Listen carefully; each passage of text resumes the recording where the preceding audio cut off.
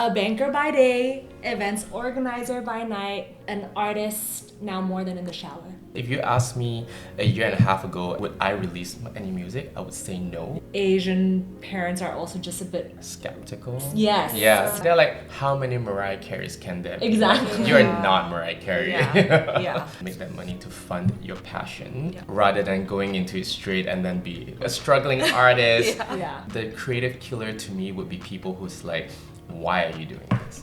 You should not do this. Oh shit, am I not good enough? Right. But I think the what if of not doing something is worse than what if something happens. Yeah. Is it too late or never too late? So that's what this episode is about. Today's guest is Kelvin Kuan, a banker by day, events organizer by night, an artist now more than in the shower. Absolutely. That sounds accurate, actually. On paper, I guess Kelvin's done your traditional corporate route. Music has been his passion, and he's now taking it more seriously and releasing new music, writing. But also he's always had this in him. Like even before this artist has like properly come out, he has a lot of creative juice that's been bursting at the seams. Brewing. Yeah. Yes. Yeah. It's always been there, weekends, karaoke sessions. Yes. Yeah. But now it's about how do I try very hard to sing for an audience and really put myself out there, become a songwriter, produce, release, and own being an artist. Yes. Trying very hard. Yeah. Is it too late or never too late? So that's what this episode is about. Okay. We'll talk about this. Clearly there's a clear answer here that we all agree on. Before we jump into your music journey as of recent, we wanted to zoom out and understand, I guess, your origin story, right? Okay. How you grew up, what the culture, what the influences, what role models you grew up around, and how that impacted the Kelvin we know today. Yeah. I'm from Malaysia, Kuala Lumpur, and I grew up in this, I guess, a very typical journey of someone who's like, you know, go to school, do well, finish your studies, be good at math, be good at everything academically. Asian. Like, Asian upbringing, high expectations from my parents, and like go through that path, be an accountant, doctor, lawyer, typical, right? Yeah. Anything outside of that, why are you wasting your time? Like that's a hobby. Yeah. Keep it as a passion, as a hobby. Go sing in church. And I did grew up singing in church a lot. And that's kind of like how I got exposed to like, oh, I can sing, I can act, I can... Just like different things in church that gave me that exposure. Yeah, but I think it's always just been seen as cool, you can do that, but you know, stay in school and go make money, and which is fair. I think like, and it coming from a place like Malaysia, I think actually Asia in general, I feel like is not really encouraged to like take the arts path. Yeah. Right? It feels like how are you going to make a living out of it, and there are true stereotypes, but I don't know. Some people do pursue it, and I really look up to them. Very admirable. But to a lot of people, I have to make a living to survive. Yeah.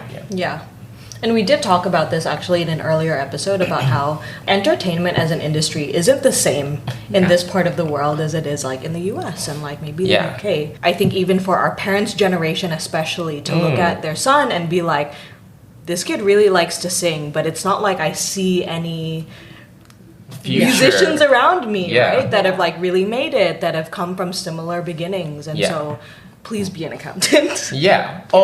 Or kind of like maybe in Asia, entertainment has also always been seen as like, it's a bit messy. It's a bit like, you know, it's entertainment. It's not proper. That's a bit of that it's not like respectable. Stigma. Versus like, oh, my son is a doctor, my son is a lawyer. I think that gives like Asian parents a lot more of that. But I mean, like, if you were to say become as big as like a Taylor Swift, Mariah Carey, that's like respectable. Very. I think Asian parents are also just a bit more skeptical. Skeptical that they're like, how many Mariah Careys can there be? Exactly. You're not Mariah Carey. Yeah, and I guess at that point then as a parent it's much easier to be like, okay, let's sharpen his intellect instead of sharpen his creativity. Yes. Right? Yeah. Yeah. Given that, what paths actually did seem acceptable to you, and like obviously you kind of took that path into your career today? Yeah, I think I'm generally a very practical person. I'm like a Pisces, so I have like this same. two sides. We're cool, right? Soon. Like very dreamy, but at the same time, sometimes I'm like, let's be practical. And like, if like singing is not gonna make me any money, like let's not go down that path. And I did have a bit of my thinking is always like, be practical, maybe make that money, and then you can make that money to fund your passion. Yeah. Rather than going into it straight and then be maybe Broke a struggling artist and still not make it somewhere, right? Yeah. That's a bit of my take. Like growing up, I wanted to be very practical. Yeah. Growing up, though, did your parents help you to foster any of this love for music? I won't say actively, but I was very active in church, like participating. Like I was in the music team, I was always in musicals, so they have not stopped me from participating in those. And I think that gave me a good like foundation to learn like about singing and everything. But it also wasn't something that was like highly encouraged to be like go pursue. Pursue like it, you like no like lessons formally trained. No, it was not something that you're like you should build on it, right? It's like, and if it's at the expense of your studies or your more serious things, then stop it. Yeah, Fair. That was kind of like the your upbringing. priorities. That's fair.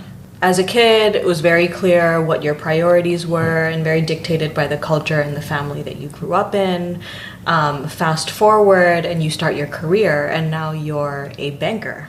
Yes. Right? And so as a professional, as a corporate worker, like how did you express that creativity? Maybe still at church, but did it come out in other ways? Yeah, I think it's quite funny because like ever since I started working, that like singing has been such an integral part of like who I am, that during company events, usually like very typical, and they're like, oh, we need someone to perform or whatever, and I'll be like, all right, I'll do it. Okay. Okay, fine. If you insist. Let me warm up my voice. I'll do one song. Yeah. And like people are like, oh my god, like I didn't know you could, and it's cool. And that is something that I've always brought to my workplace. And I kind of like that because I'm always known to be like someone who excels and is a high performing person at work. Yeah. But they don't see the other side of my real identity, and I'm always like, I love singing and I'm very creative. I want to be creative. And it's actually always so fun to have a person like that at the office. They're so rare in that setting. Yeah. Right? Totally. Yeah. So that has helped me create a different path at work as well, because people don't just come to me because they know I could do the corporate stuff. And there are always fun things like, oh, we have a client event. We are looking for like performers. Granted, I'm doing it for free, but it's still like an avenue for me to like, I don't know who I'll meet in some of these events, right? I would say I still get nervous all the time, no matter how comfortable or confident I am, only because I feel like this is a very vulnerable side of myself. Like, I think we've known each other for a while now. Like, self-esteem is probably not an issue for me. Sometimes I'm a bit like self-obsessed, like, but like when it comes to like singing, I'm very like sensitive because it is a very like creative and it's a very subjective part for me. So I feel like it's something that I'm like, I need to protect, or I don't want to do something that is wrong, and that's maybe my corporate side coming out, right? But yes, the moment I try to do something and it works, then that's when I'm like, I'll push further and like, let me try this more difficult song, and how do I do this? Let me now bring in a bit of my little runs to it. That's really exciting for me. Yeah. Have you ever encountered, or can you share a little bit of like a time when like you're somebody who is like your creative enemy and how you dealt with that? Your creative killer or blocker. I think it's just noises or voices of people. Not so much of a critique. I can take a critique of saying like, oh, that high note did not sound very good. And I was like, thank you for letting me know. Depends on who it's coming from. Actually, no. I'm actually okay with that because it is very subjective. And you know, if I'm putting my music out there, you're bound to have like haters or people who think you don't sound good. So I'll just take it as like, all right, I'll listen to it back again. And if I think it was good, I will just take it as a feedback. Right. But sometimes it's true. I'm like, oh yeah, I really didn't sound really good here. But that feedback, it's easy enough to detach. Yeah. I think the creative killer to me would be people who's like, why are you doing this? You should not do this. That's fair. And that to me is just like, it's also none of your business, but it kills me a lot to be like, oh shit, am I not good enough to do that, right? That kills the creativity. Then I start doubting myself, and earlier, as I said, I'm very vulnerable in this area. Do you remember any particular incident, without naming names obviously, just like any particular incident where someone really challenged, like why are you wasting your time? Yeah, literally as recent as last week. Oh, who is this When person? you released your... Yeah. We'll get to it. Okay, but that's... That wasn't the trigger, but it was more so of like, I will continue pursuing this. Yeah. And it was more like, why would you waste your time? Like, what do you want out of this? What is it that you want to achieve from this? Right. And to be fair, I was like, I don't know, but I'm really just doing this because I really enjoy it and I can. So I'm just going to do it. And I think that's fair. Yeah. I think even so more recently with the Olympics, the figure skater, the girl who won she was basically like, I'm not doing this for any achievement, I'm just doing it for the love of skating, for the love of my art. And I think that's exactly what you're doing, and it's beautiful. Yeah, and I can and I will. So, but just to hear something like that from somebody, sometimes I'm a bit triggered. Right. Because number one, it's none of your business. But also like, why are you so concerned that I'm doing something that I want to do and I love doing? So taking it back a little bit, like why now? I guess you've mentioned a little bit, but I guess what made you pull the trigger to start this seriously?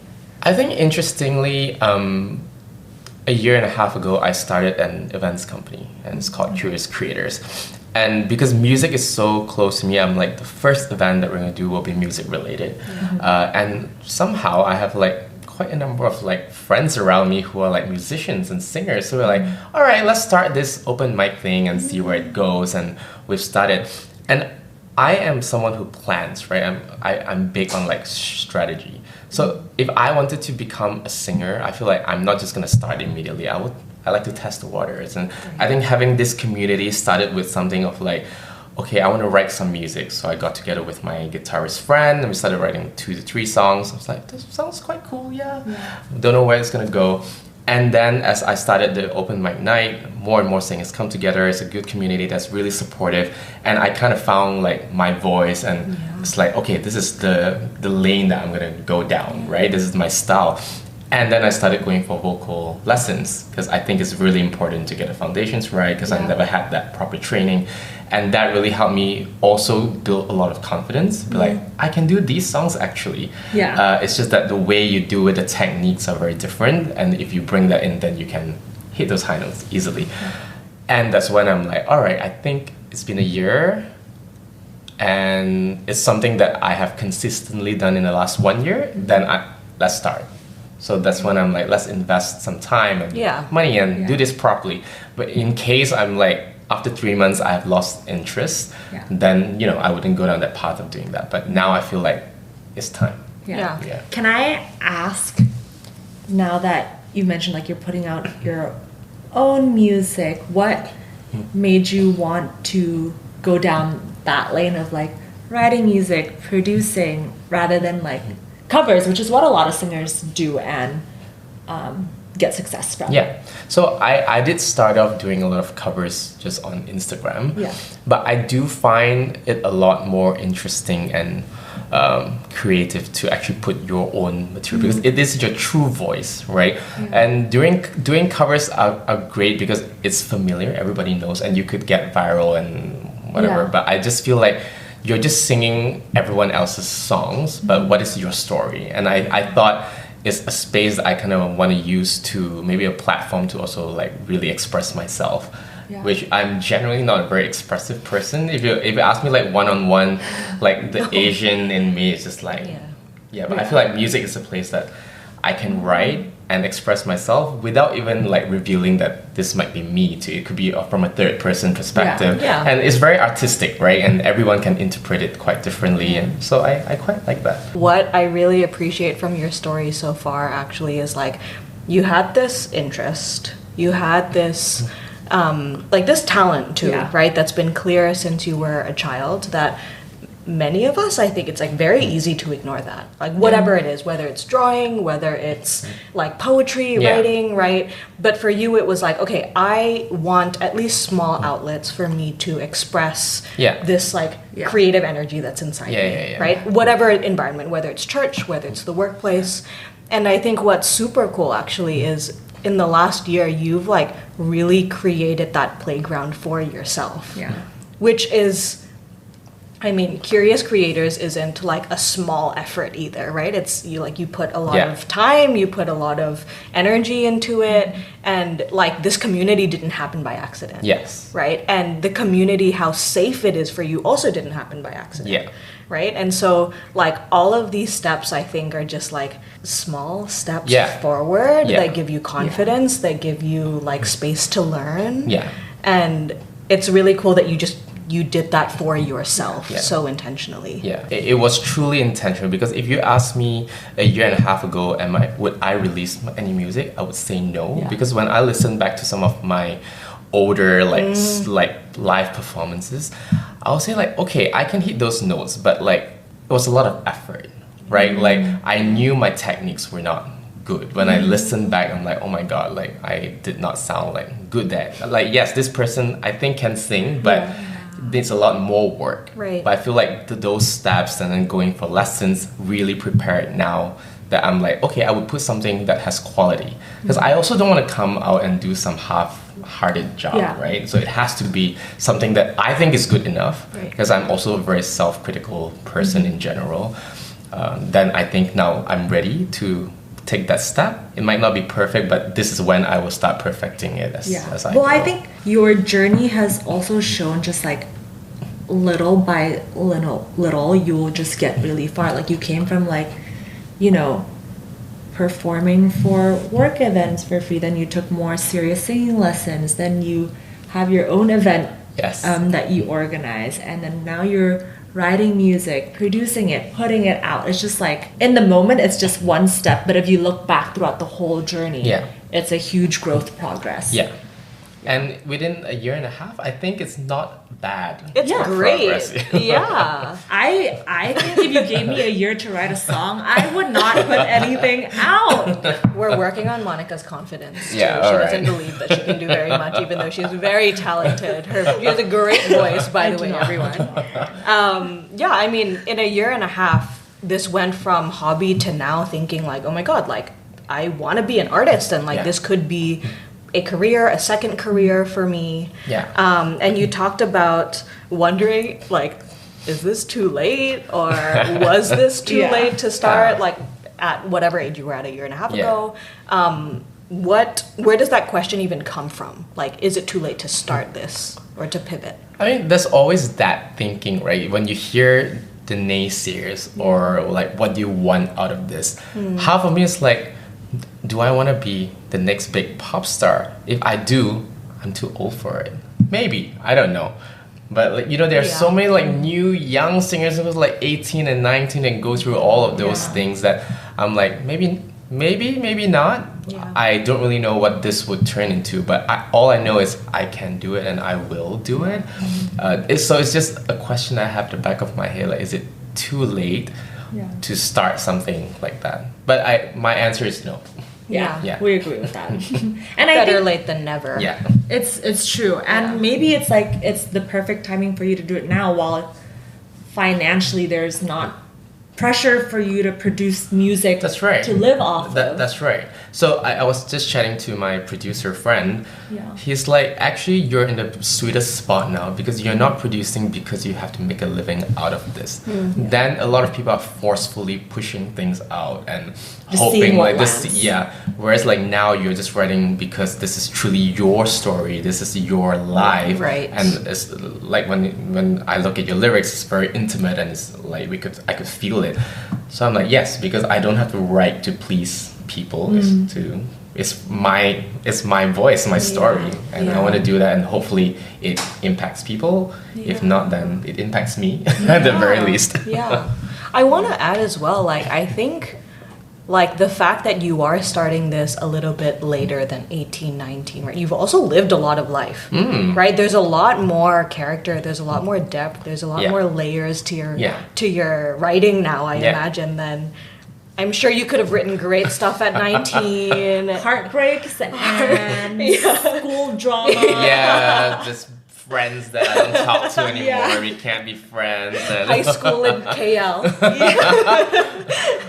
I mean, to be fair, obviously reflecting back, like if I was 18 and 19, I wouldn't have much to write about because I'm going through that very safe path, right? Like, what am I going to write about? Like my great like A1 score for mathematics in high school. Like nobody wants to listen to that. The disappointment of not getting Not the number getting one rank. yeah, exactly.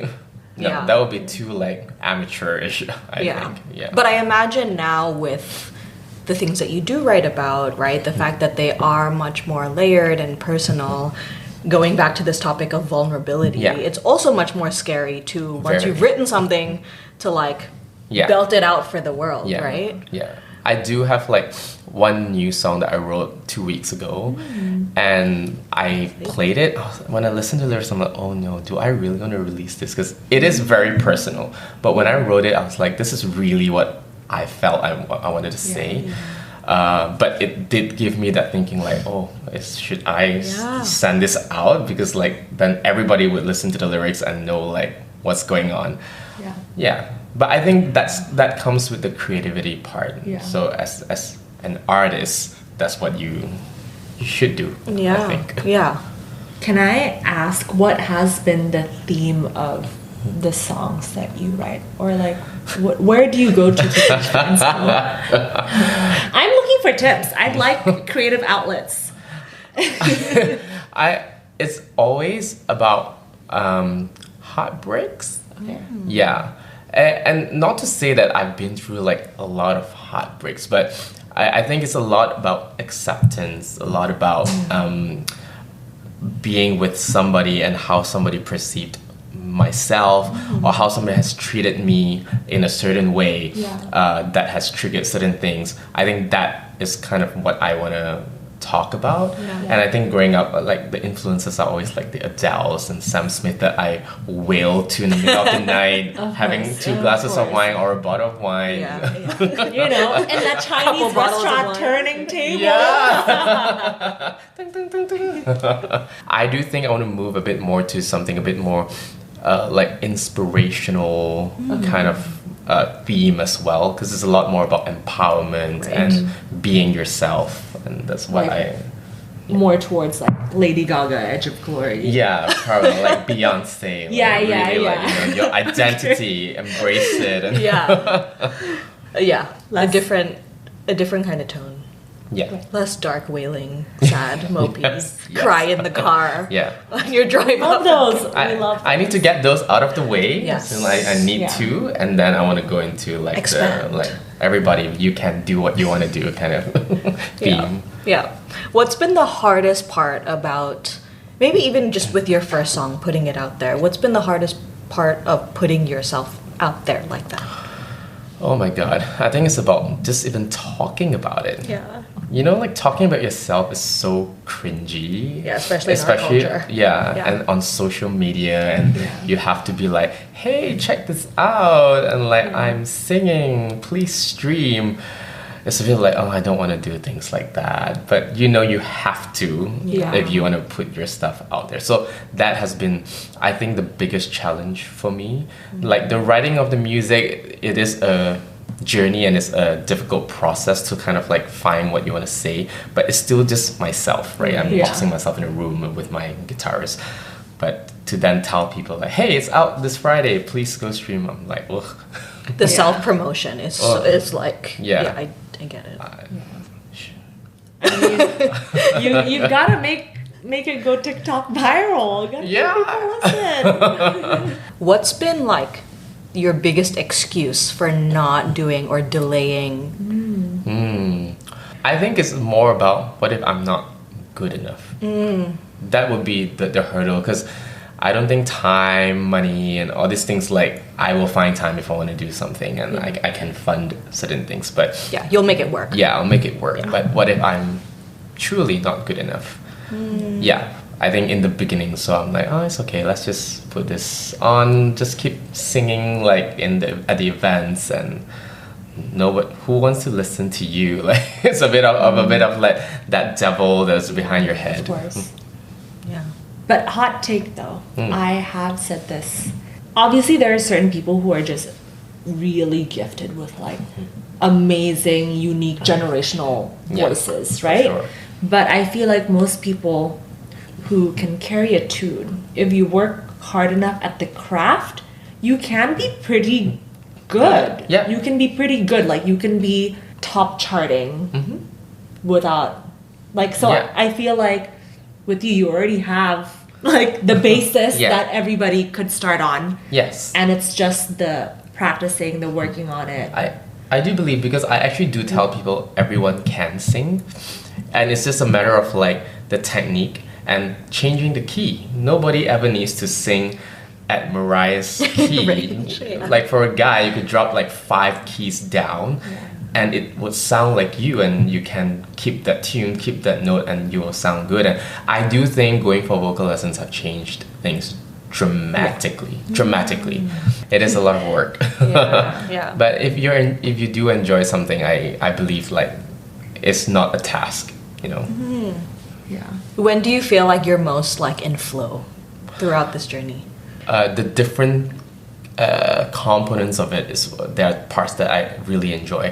Like, I love performing. I really love like singing in front of an audience, especially if the audience gives back the energy.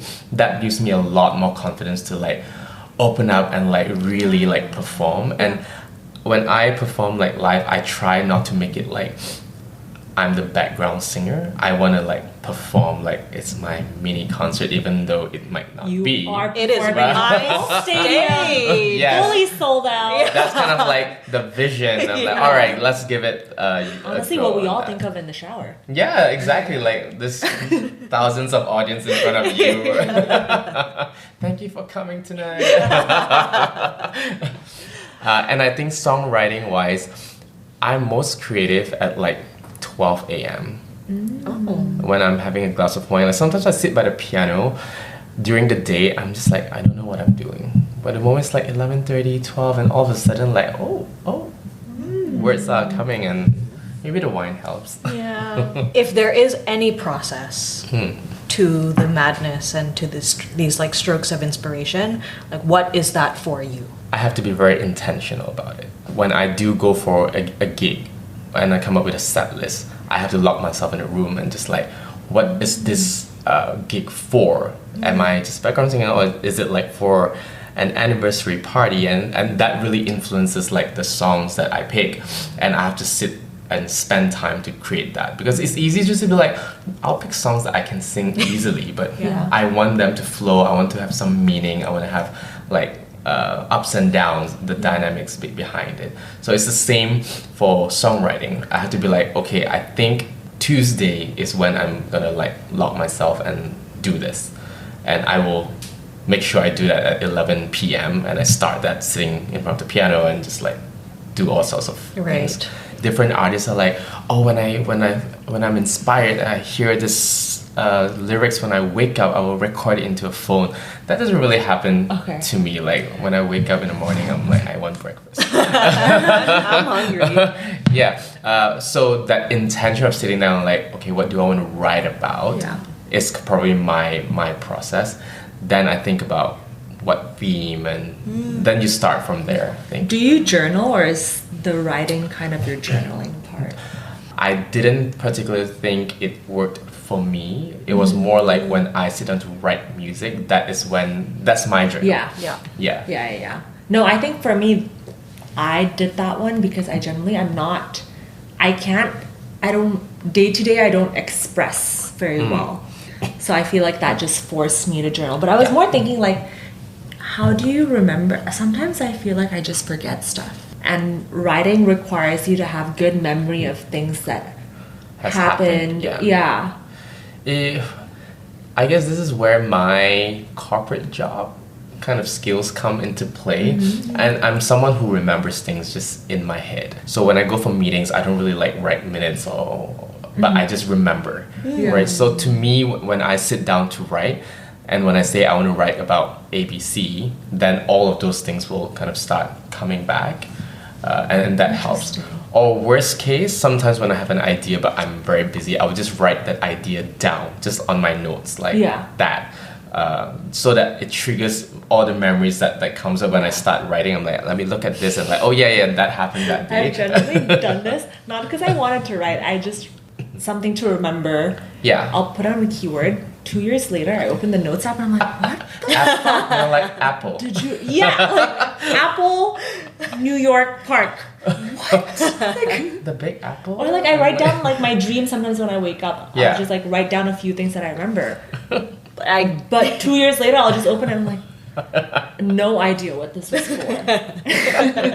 Maybe you have to be a bit more descriptive in your one word. But then it's a bit more journal by that point. In your songwriting process, I'm like curious, because now we have all this technology, we have a lot of noise, we have AI, like all of this stuff, right? Does any of that interrupt or influence or help in some way? I actually think it helps because I don't play any instruments. As in, I can play like simple chords on the piano, but I don't really know what chord progression is. If you just gave me a piano now, I wouldn't know what to play. But I think I've used AI to kind of like trigger a bit, and I'm like, I want to write a sad song, right? Give me a chord progression.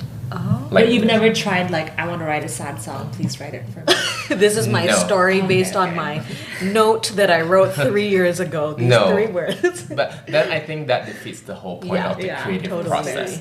Because I needed that to play the chords, because if I was writing by myself, but if I was with a musician, then I wouldn't need that, because then my musician would play like a series of progression, and then like I think of the melody and it helps. But if I was just sitting by myself, I need something to start, right? Then at the end I might just change it, but that just helps me think, oh, okay, F, A minor, C, G. Then, all right, I can do that. If I'm doing this as my creative outlet, I should not use this, because I use that at work. It's true. Because there are like certain chords that are known to be like for famous songs. I don't know if you've seen this YouTube video about like why Mariah Carey's Christmas song is like such a bop, because it's like using these same chords that are like interesting. And actually, all pop songs kind of use the same chord progression, and they're very simple chords. But if you want to write like a sad song, then I think the minor keys, the whatever that comes in, right? So I think if I were to write a pop song, then naturally I'll go to those chords. Okay, so if this whole thing works, or when this whole thing works, what would that success look like? Like, what would a great outcome look like for you? I think a great outcome to me is just to hear people say like, hey, I really like that song you wrote. And very simple. I really don't intend to become Mariah Carey, or as in, if that really happens, that's true, big, huge success. I'm like, I'll claim it. But for now, I think as a start, I think just having people say like, hey, I like it. I like it, and or like that part of lyrics like spoke to me. That to me makes me very happy already as like someone who is just starting. Just knowing you impacted. In any way. Even connected. I feel like what you're saying is like, I can connect with your experience that was like fully written by you. Yeah. Right? That to me is like, that's great. So my creative part actually works somehow. So that to me, it's probably the first layer, and everything that comes after that is probably something that is built from those things, because those will encourage me to like do more or be bolder in saying certain things. Because sometimes when I first started, I'm still like, let me try to make this a bit more generic so like people don't know. But I'm like, okay, if this really does hit like a chord in people, then let me push it a bit further. This is very Kelvin coded based on everything that we've talked about. No, I'm really intrigued to follow your music journey, just because I feel like it would transform so much. I feel like in like a year's time, we look back and we're like, remember when you like wrote about heartbreak, and now you're talking about like just bigger, deeper things. Yeah. It'll be really that's interesting. also like, I think, beauty in being able to talk about deeper things even in your lyrics, right? Yeah. So it's not that heartbreak is a shallow thing, but I meant like for that sure. you'll touch on like other things that are maybe more difficult for you to open up about. Of course, and there will be so many other things, right? It's not just heartbreak, like going through a bad day or like meeting someone that I really, and we had a fallout. Could be friendship, could be anything, right? And all these things, I think everyone kind of goes through it day in, day out, and I think those are, and to be able to also give like real examples within the lyrics would be something that I'm like, I want to get to that stage where I'm very comfortable to like, be very vivid about something versus keeping it very like, okay, I don't want people to know that really happened, so the lyrics are a bit more shallow in that aspect. Yeah. I guess it makes someone more real as well, right? If you are, I think a lot of us, at least in this culture, like you try not to be too, like you keep, you sweep your feelings under the carpet, or like let's not tell people, like air your dirty laundry kind of thing. But I think there's also power in actually just saying that, so that other people feel like they're not alone. Maybe. I think music to me is that. Because when I hear like artists, when they truly like sing about something, I'm like, okay, great. Even for this person who is like so and so actually been through all this shit, right? And I mean, I've heard a lot of artists say that actually the power is in the specificity. Right? Not in the shallow, shallow, broad. Interesting. Yeah. So when you listen to songs, do you really delve into the lyrics? Yeah. I'm a lyrics person. I'm more of just a tune. Like, okay. Sometimes I don't know what I'm singing. bop. I don't know what I'm singing. Like, yeah, I'm just spewing it out, but I don't actually reflect on the lyrics so much. I think you maybe try it, because obviously I like a good tune that comes with it, but then after that, then I want to read the lyrics of what exactly is this artist trying to say. And I think, again, to Mariah, she is actually a very, very good songwriter. She writes all her own songs, right? And going through her path with her from her day one till now, you've also seen like the lyrics like really moved and mature, and that influenced a lot, I think, to be able to say that very poetically, but you still know what happened. So I'm a lyrics person. I love reading the lyrics all the time. I mean, I did that when I was younger to memorize the songs. Like, you'd read the CD covers. But now I feel like you're not just listening to a disc, right? You can just have like, I think I have like a 3,000 song playlist that I just always shuffle. So I'm not really paying attention to the lyrics as much anymore. Are you an album person? No. Like not a front to back album person. No. So I am a very album person. When I follow an artist, when I would download the album and I will listen from track 1 till the end, because I think anyone who's putting out an album has a story to tell, and actually there is meaning in if they are a true good artist. And I think that's actually something really sad about this era of music, because of social media. Like your artists are having to create music for socials and not for the meaning and the artistry behind it. Or even if they do put that out there or put out albums with intention, there are so many people that miss it because they're like, oh, we just know you from this reel. That's right. Yeah.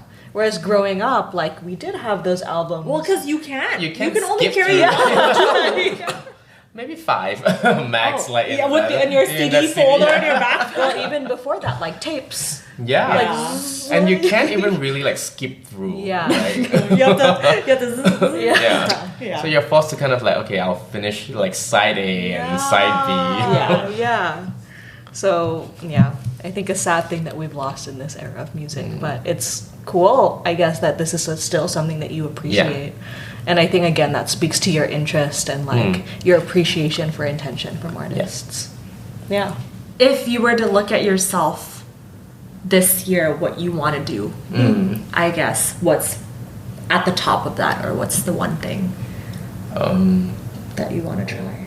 I think just in this same kind of like being an artist, writing more music, definitely write more. Because I don't want it to be a case where, oh, I've released like 5 songs and like it's done, but I want this to be an ongoing process. Even if I'm not releasing them, I want to continue writing different materials. And you know, like sometimes you archive certain things because you're like, whatever, I'm not going to share this with anyone. But I might still do it 10 years later. Yeah. But it's something that as a process, I want to continue doing more and more and try harder, because actually it is not very easy. I think the first 2 songs, it was like pulling teeth, because you're just like, where do I start with it? But now you kind of find a bit of your mojo. Yeah. And then I kind of want to hone on that skill a lot more and dig deeper and go further, I guess. Nice. So, like, build consistency, build Yeah. momentum, make this, like, a very, very much a part of your life. Yeah, it's Yeah. kind of like it should be an integral part.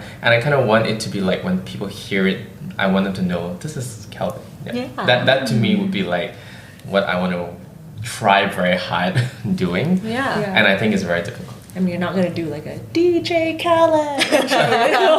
Mr. Worldwide. When you're writing songs, you've already invested your like creativity, your effort, and your time. How do you decide what to like scrap, continue further, publish, like, or is it's never scrapped? It's just put as a just in case. Yeah. And revisit. Well, now I've only really written like 5 songs so far. So I don't know if I have a full data set for me to be able to say that. But I think as a principle that I think to myself, if after writing the full thing and I feel very comfortable talking about it, is what I think is good for release. But if there's something that I feel like this part is still missing something, or I feel like maybe this is not mature enough, so I will just keep it aside and maybe come back. But I have not been to a point where I'm like, let me just archive this and keep this for the next 10 years. But because so far it's only been like 5-6 songs, right? So I've always come back the following Tuesday night and like, hey, let's see if I could progress this bit. Or if I'm not, I'm like, okay, screw this, keep this for a bit and I'll work on something new. Yeah. Yeah. I believe in like iteration, so always come back and see if you can progress something. Yeah. That's fair. Yeah. It's like the half-baked things that you might need to just put aside and return to with fresh eyes. Yeah. And that could be days later, it could be weeks later, it could be years later even, Yeah, right? because there might be another event that triggers something that I'm like, oh, I have that maybe I can infuse this in now to make it into something. Yeah, and I'm so curious actually in the next couple of years what. Yeah. Let's see how many How songs it I have in the archive. Yeah. There anything that you want to talk about in terms of music coming out, like what we can be looking out for? Where? Well, I'm definitely on Spotify now for the first song, and it's called If You Care For Me. It's a bit of a heartbreak song, and go stream it. I would appreciate that. And honest feedback. Honestly, like I take all sorts of feedback, candid ones, good or bad, justify it with something. Don't just tell me it's shit, but tell me it's shit But because can we get some tea on that song? Like real background.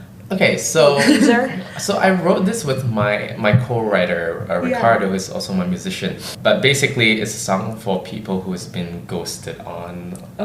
You know how people like to string you along. Yeah. So you still think like you're hopeful this will turn into something, but something is just hell bad. Then you're like put on a lurch. But then like a week or 2 later, that this person comes back, and you're like, oh, maybe this could be something, and then like goes, and the pre-chorus goes to like, we're stuck on different pages, different genres, different books, but you've kept me close enough. I'm still hooked. Yeah. So it's kind of like Great I'm lyric. always still like there for you. Yeah. So like at the end, we're like, I'm just waiting for you to either come back or set me free, kind of that.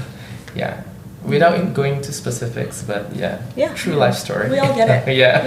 Yeah. I relate. I connect. Yeah, thank you. We've all been. Where's she staring at me? Like, Is there a reason? Something you want to share? No, I'm kidding, guys. That's for the next episode. Yeah. Thank you so much for being thank on. you for sharing and answering all of my probing. I'm just intrigued. I've never met someone or been able to speak to somebody who is pursuing a music career. Yeah. Thank you. Thanks for having me. I think having this platform is great, and I don't think I could talk about these things that like openly to anybody. So I think this is great. And Honored. yay! We're so glad. You. Yeah. Awesome. Thank you, guys. Hi.